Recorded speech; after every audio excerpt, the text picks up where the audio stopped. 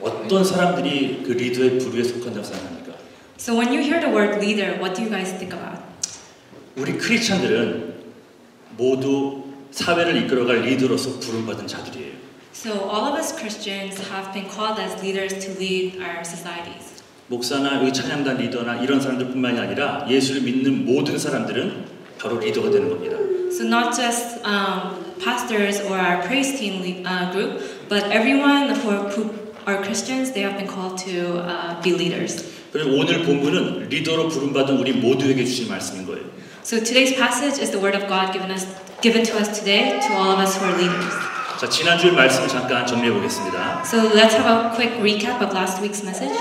자, 하나님만 의지해 오던 다윗이 갑자기 인구 조사를 시킴으로 하나님의 엄청난 진노를 삽니다. So David, who had diligently lived his life for God, he suddenly enraged the wrath of God by conducting this population census. 자기 휘하의 군대의 그 규모를 자랑하고 싶었던 거예요. He had wanted to boast about the size of his military troops.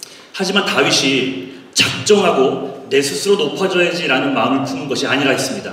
But we saw that it wasn't. David didn't have the intent in his heart to become the Most High himself.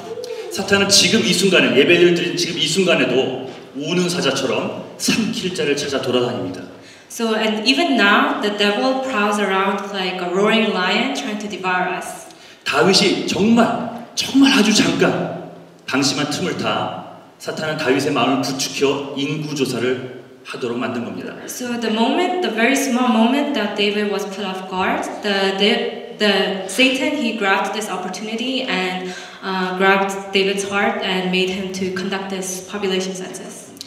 우리는 열심히 하나님을 위해 살려하는 다윗에게 마귀로 하여금 틈을 타게 만들어 준 그 순간이 있었구나라는 것을 짐작할 수 있어요. So we can see this moment where David's heart was like put off guard and where Satan seized this opportunity. 그것이 기도를 쓰는 순간, 기도를 쉬는 일이었든, 말씀을 등한시하는 일이었든, 아니면 하나님을 위해 몸을 움직여 헌신해야 하는 일이었든 말입니다. And so these can be times such as when we neglect prayer or neglect reading the Word of God, or when we don't devote our lives to God properly.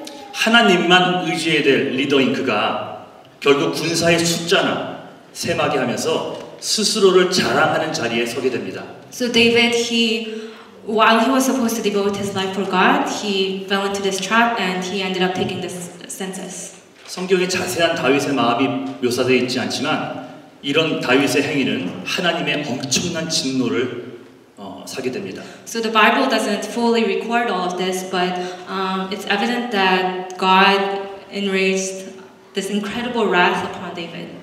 하나님의 진노를 일으킨 다윗의 범죄, 그 한 나라의 리더의 범죄의 결과 주변에 있던 백성들이 엄청난 재앙에 빠지게 됩니다. So as a result of David's sin, as a result of the sin of one leader, all of his people of his nation also fell into disaster.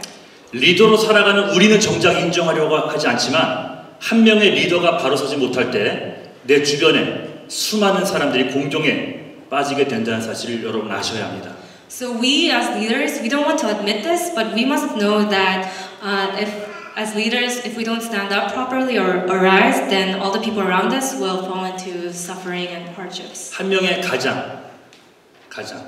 한 명의 가장이 바로 서지 못할 때, 한 명의 목자가 바로 서지 못할 때, 세상 공동체 안에 있는 그 한 명의 크리스천들이 바로 서지 못할 때, 나는 물론이거니와 내 주변에 있는 사람들이 어려움에 빠질 수 있다는 거예요. So when a proper leader of a family or like a small group leader or societal leaders, if they can't arise properly, then we have to know that everyone around us will also fall into distress. 오늘 우리가 붙잡아야 할 진리는 오늘 본문을 읽으면서 하나님이 너무하신 것 아닌가라든지 백성들만 불쌍하다라는 게 아니에요. So as we read today's passage, we shouldn't just think that God's being too much or that we should feel sorry for the people. 오늘 본문을 통해 하나님이 우리에게 주시려고 하는 교훈은 한 명의 리더가 한 명의 크리스찬이 깨어 있음입니다. And through today's passage, what God's trying to tell us today is the lesson of the true awakening or like the enlightenment of a true leader. 죄가 죄인 줄도 모르고 영원히 죽어가는데도 그 죽어가는 것을 모르고 잠자는 리더 한 명이 수많은 주변 사람들을 힘들게 할 수 있습니다. So those who do not know sin for sin, or those who can't differentiate dying souls, those are the type of sleeping or unenlightened leaders that also bring about distress to people around them. 모든 크리스천들이 리더라 했어요. So it's said that all Christians are all leaders. 한 가정의 가장, 그 아버지, 그다음 집사, 권사, 목자뿐만이 아니라 영혼을 살려내는 도구로 부름받은 입장에서 우리 모두는 리더입니다. So from the perspective that all of us have been called as instruments to save souls, if we cannot properly stand up, then everyone else will be in distress. And this doesn't just apply to like the father of households, small group leaders, or deacons and deaconesses. 그러므로 우리 모두는 주변 사람들에게 알게 모르게 영향을 끼치며 사는 존재들이에요. So whether we know it or not, all of us are beings that exert this kind of influence to people around us. 예수를 믿은 후 이제 우리는 우리 하나만 돌보는 자가 아니라는 것을 알아야 합니다. So as people who believe in Jesus, we must not just look over ourselves or just care about ourselves. 내가 주 안에서 깨어 있으므로 내 주변 사람들까지도 복을 누리게 됩니다. So being enlightened and awake inside of the Lord, that means that others around us will also receive the same blessings. 내가 죄에 대해서 둔감함으로 내 가족, 내 주변의 많은 이들이 고통에 빠지게 되는 거예요. If we are blind to this and we fall into sin, then others around us will also fall into despair and hardships. 그러므로 therefore 크리스천인 내가 속해 있는 공동체 사람들이 만일 힘들어지는 일이 생긴다면 나 외에 다른 사람이나 환경을 탓할 것이 아니라는 거예요. Therefore, if any people around us fall into like troubles or hardships, we shouldn't blame ourselves or other people or the circumstances. 내 주변에 누군가가 힘들다면 오히려 리더로 세움받은 나부터 돌아봐야 하는 것입니다. So if people around us are suffering, then we must first start by looking at reflecting ourselves. 가정도 마찬가지예요. And this applies the same for families. 예수를 믿는 남편의 입장에서 아내나 자녀를 탓할 것이 아니라 본인 스스로를 먼저 돌아봐야 하는 것입니다. So from the perspective of a believing husband, they shouldn't blame their wives or children, but they need to start by reflecting on themselves. 그리고 통회하며 회개의 자리부터 찾아야 하는 것입니다. And they must first come to that seat of repentance. 이것이 한 그룹의 리더가 아니 세상 속에 살아가는 모든 크리스천들이 해야만 하는 일입니다. And so this is what all Christians and all believers should first do. 하나님이 다윗에게 세 가지 재앙을 말할 때 만일 다윗이 그저 말로만 하고 마는 회개가 아니라 뒤늦게 한 16, 17절에서의 모습처럼 진심을 다해 목숨을 걸고 회개했더라면 하나님은 진작 진노를 거두었을지도 모르겠습니다. So when God told David about the three options of disasters, if David hadn't just merely spoken about repented by speaking, but if he had truly repented as we saw in verses 16 to 17, then who knows if God might have lifted up his wrath from David and his people. 만일 처음에 했던 기도가 마음을 찢으며 진심으로 했던 기도였다면 회개였다면 내리기로 작정했던 진노에 대한 언급조차도 하지 않았을 것입니다. I believe that if David had truly ripped and cried out his heart with the prayer that we saw, then God wouldn't have even given out those disasters in the first place. 진정한 회개가 있었더라면 말입니다. If only there had been true repentance. 그러므로 내 주변을 돌아보아 하나님이 보여주시는 어떤 문제들이 있다면 여러분 절대로 남을 탓하거나 환경을 탓하지 마십시오. So when we look around our surroundings and we see the problems that God gives us, we shouldn't start by blaming others or our circumstances. 그 모습을 내게 먼저 보여주시는 이유는 제일 먼저 너부터 나부터 돌아보라고 하시는 것입니다. And the reason He shows those problems to us first is so that we can first reflect on ourselves. 교회에서도 마찬가지예요. And this applies the same for churches. 섭섭해하거나 미워하거나 항상 그 교회 잘못된 점만을 찾는 파인폴터가 돼서는 안 된다는 것입니다. So that means that we shouldn't become the find faulters of and like becoming disappointed or being filled with hate. 나를 돌아보고 바로 그 순간 내 죄를 찾아내어 철저하게 회개하는 모습을 회복해야지만 내 영혼도 살고 내 주변의 사람들도 살아납니다. So only when we reflect on ourselves and find our sins and thoroughly and sincerely repent, then I then our souls will be able to live, and also the souls of other people around us will also be able to live. 카자흐스탄에서 선교를 하다가 아내를 잃은 한재성 선교사님이란 분이 계십니다. So there was this missionary called Chae Sung-han who lost his wife while doing missions in Kazakhstan. 거기 민족들에게 아내가 살해를 당했어요. And his wife got murdered by the natives there. 이게 그분의 얘기입니다. And so this is his story. 성탄절 전야제를 은혜스럽게 마치고 돌아오다가 아직 아내가 살았을 때 일인데 7명의 카자흐인이 너 중국인이지? 라고 말하며 집단으로 폭행을 합니다. So while his wife was still alive, they were wrapping up the Christmas Eve service, and as they were going home, 7 Kazakhstan people, they came up to them and they were like taunting them and saying, "You're Chinese." 중국인이었기 때문에 폭행을 하는 것도 옳지 않지만 하지만 본인은 또 한국 사람이었잖아요. 그러니까 더 억울했던 거예요. So of course it's like not fair that they would get taunted because they're Chinese, but the fact that they're also Korean makes it more sad. 그런데 그가 누구였던 줄 아십니까? 그가 태권도 사범이었어요.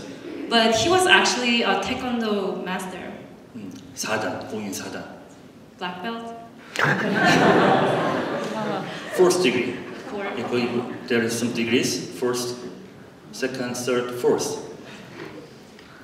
Yeah. 태권도 사범이었던 그 선교사가 손발을 쓸 수가 없었대요. So this taekwondo master, he couldn't fight against them, and he wasn't able to use his hands or feet against him. 선교사로 왔잖아요. 그런데 그 순간 손발을 쓰고 싶었는데 성령님께서 손발을 못 움직이게 막으셨대요. So he could have just used his hands and feet, but he couldn't, and it turns out the Holy Spirit had been binding his hands and feet. 맞다 보니까 아내도 옆에서 같이 맞는 거예요. And as he was getting beat up by these Kazakhstan people, they were also beating his wife up next to him. 생각하면 우라통이 터졌답니다. And as he was thinking about it, he got really mad. 공인 4단이 맞기만 하다니. The fact that taekwondo master is just getting beat up. 이런 생각이 들었대요. 내가 이런 자들을 위해 선교하러 왔단 말인가? And he said he thought, did I really come all the way here to get beat up by these kind of people? 그런데 그 이후 얼마 지나지 않아서 이 선교사님의 창자가 꼬기 시작하더니 배가 남산같이 불러오르기 시작했답니다. But not too long after, his intestines started to get entangled, and also his stomach started to act up. 대변도 볼 수가 없었어요. And he couldn't relieve himself properly. 돈프. 그러니까 음식도 먹는 족족 토합니다. And he also continued to puke after eating everything. 화가 났어요. So he got really mad. 그런데 며칠 후에 하나님께서 마음속에 음성 하나를 주시더랍니다. But a few days after, God spoke to his heart. 네가 지금 왜 화를 내고 있느냐? And God said, "Why are you mad right now?" 대답했어요. And he answered, 주님, 내가 지금 화내는 것이 정당한 것이 아닙니까? "Lord, isn't it right that I should be angry right now?" 하나님 말씀하십니다. 내가 사랑했고 사용했던 종들은 너와 같지는 않았느니라. And the Lord replied, all the leaders, all my past servants that I've loved, they have been unlike you. 그제서야 그는 견딜 수 없는 부끄러움을 느끼며 그 자리에 꼬꾸라져 울면서 회개했다고 합니다. And only then, the missionary, he felt this tremendous embarrassment and shame, and he got on his knees and repented. 이들을 사랑한다고 해서 들어온 것이었어요. He had come to this land because he had claimed that he loved all the people. 근데 이 정도로 이들을 미워했어요.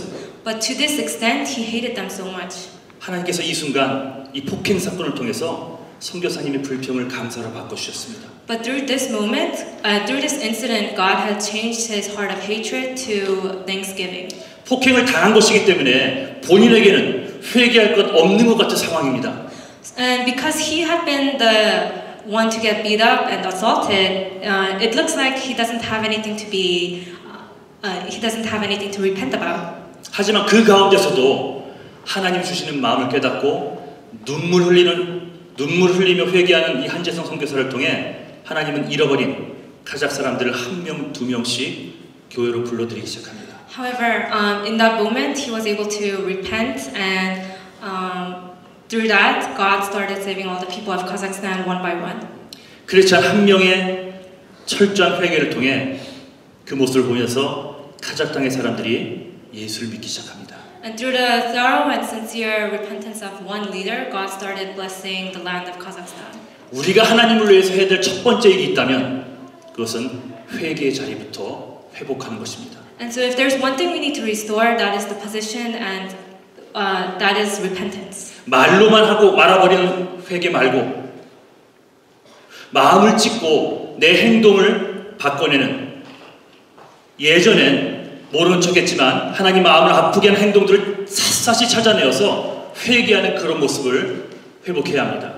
And so not just the kind of repentance that we just speak merely with words, but the kind of repentance where we can truly and sincerely mean it and cry our hearts out. This will allow us to completely change our actions and also reflect on the moments, all the moments that we hurt God's heart. And so this is the kind of repentance that we need to restore. 내가 회개한 만큼 하나님이 나에게 가까이 오십니다. And to the extent to how much we repent, God will become that much closer to us. 내가 통곡하며 죄를 뉘우친 만큼 내 주변의 수많은 사람들에게도 하나님의 긍휼이 임합니다. And to the extent that we really cry out our hearts and acknowledge our sins, God's going to have and give us that much mercy to everyone all around us. 이제 한 명의 크리스천으로서, 크리스천 리더로서 목숨 걸고 죄와 싸워 매 순간 매일 회개의 역사를 이루어내는 여러분 모두가 되시기를 주님의 이름으로 간절히 축원합니다.